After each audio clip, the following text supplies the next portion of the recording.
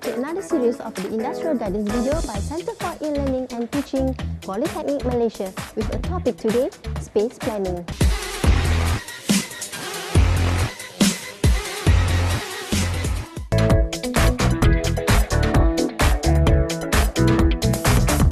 What is space planning? Get to know more with Mr. Chak Yeoh, Architect and Director of Ong&Ong 360 Consultancy, Senduran Berhad. Hello, Mr. Yeoh. Hello. How are you? Good, good. Thank you so much for having together with us today. Today we're going to talk about space planning. Before that, maybe some introductions about yourself and your experience, your company. Okay, my name is Chak Yeoh. I'm one of the directors for Ong&Ong 360 Consultancy. We are a regional based firm, multidisciplinary as well. And I've been with the firm for 6 years now. So we cover from town planning to architecture to ID to lighting to engineering and landscape. Everything. We try to. Yeah. Okay. What is space planning? Maybe an introduction of this topic. Space planning in a nutshell is basically the logic of space usage. Yeah, I mean, you know, I can explain more, I think, yeah, but I think to keep it simple, it's how space are used in a certain logic. And then who normally responsible of space planning works? The architect or the designer. Yeah. Okay. Right. Space planning covers a wide range from single-story house to institutions and also high-rise building. So I'm sure that the requirements from one building to another varies. So what are the significant similarity and also the differences when space planning takes place in these venues? It's very different because it obviously follows the function of the space. So for instance, a house will have very different user needs versus an office building. So hence you have to really decipher what are the objectives and what are the functions of the space in order for you. So why is space planning important and why do clients need space planning, especially for those the owner of the commercial building or institutions? Because everyone has different needs. I think it's ultimately who is the end user of the building that you have to cater for. So, for instance, different. Let's go with the shopping malls. Even different type of malls have different needs depending on the positioning of the mall. If it's a neighborhood mall versus a very high-end mall. There's very different requirements. So hence you have to be very specific to your end user needs. Okay. But how's about the process of tasks in space planning? Do you mind to share a bit with our students? I guess it comes with experience, you know, and the more you plan based on the typologies, the more you learn, and then you realize the more you don't know. But with each challenge is that's the fun part when you discover things you don't know and you find a solution, and that's just through experience. Okay. So besides the features, attributes and concepts of the building, what are the aspects which is mandatory to be considered in space planning? What other aspects you have in terms of the health and safety management? Yes, of course. In terms of ergonomics, there are a certain set of guidelines, and safety as well, a certain set of guidelines which we have to comply. I think the most probably hardest part is to make sense of everything together, yeah, and still have your concept follow through and make that work within the constraints.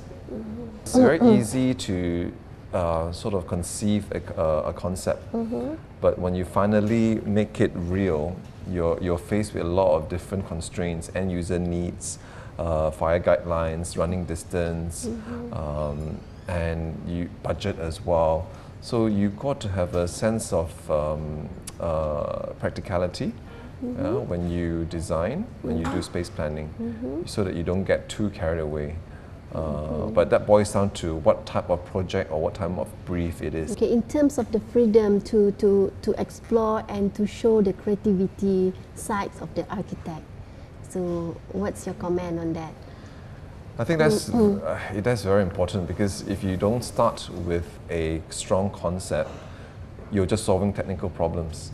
Anyone can solve technical problems, you know. So it's up to the engineer or the architect or the designer to follow through the concept and make sure that it's from beginning how you evolve, and you will evolve because things do change.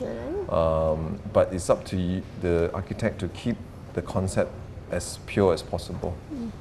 Okay, your response to the campaign like a Go Green or Eco campaign, is there any differences in terms of the process of planning, in terms of process of designing the artwork for one building, okay, in response to the technology, the eco-technology requirement?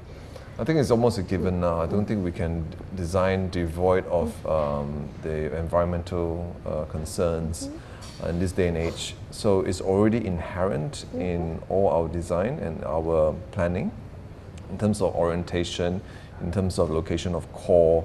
I mean, all these should be at the back of your mind when you're already space planning, so that you know where to put things, you know, in the most efficient manner. Okay, which one is more challenging? Planning a new building or planning an old building but require major renovation? I think old building. I think old building, you have a lot of constraints structurally, as well as you know, most people that do renovation, they also have a certain amount of budget, and of course, if you have historical building, you have a lot of constraints which you have to respect. All right. And how's about the complexity of planning the multi-tenants and multi-level buildings? Is there any difference in the requirements from one level to another, or from one tenant to another? Generally not. I mean, you know, if you plan for office space, you know, you basically stack, you know, the 4 plates, and it doesn't jump from, you know, much from one floor to another. Is this a promising industry? And normally the architect or the designers involved in this industry, are they more passion driven, or are they more money driven, or is it subjective? It depends on the personnel itself. Yeah, I think like every profession, you know, you have to find your own sort of niche or your passion within the practice. It's a vast practice, and you know, passion is big. There's a big drive. Money, it really depends how good you are, you know, and it's not the most obvious place to look for money if you want. But in terms of reward, in terms of your passion, I think it's very, you know, very high up there in terms of reward. Some overview about the prospect of the industry and the demand for new talents in maybe 5 to 10 years to come? Yeah, I guess the prospect is always, like every profession as well, we need to innovate. Otherwise, we will be sort of left behind, right? And you also would not attract the right talents if you are not forward thinking. I think the working environment in the architecture practice is quite different now. You have to embrace all kinds of disciplines. We are not just so isolated anymore. I think it's very much about total design and holistic design for a solution these days. And hence Ong&Ong do practice that. How's about the competition with other agencies? Yeah, I mean, you know, there's always competition. I think it's always healthy to have competitions. But it's also important to be aware of the global trends. And I don't think being just a local practice is enough these days. I think we need to really expand our horizon and you know, explore different territories, and that means a global territory. So last but not least, I think our students always been inspired by the advice by the experts. So maybe tips or advice from you to our students at Polytechnic Malaysia about what are the knowledge and skills required for them to prepare for the industry. I think the biggest advice I could probably give to anybody is to always enjoy reading your environment, reading in the sense of open up your eyes and understand deeper into how things are built, how things are come together, because that one is something that no one can take away from you. How you apply it and how you practice that, that will come through experience. But so the important thing is to open up your eyes and keep enjoying the world and as you see it. Thank you so much, Mr. Yo, for your willingness to share and assist us giving an information and sharing your experience in architecture. It's about space planning to the students at Polytechnic Malaysia. We really appreciate it, and we hope that there will be another time that we maybe can meet up and share more information and more knowledge about this industry. Thank you. Sure, you're welcome.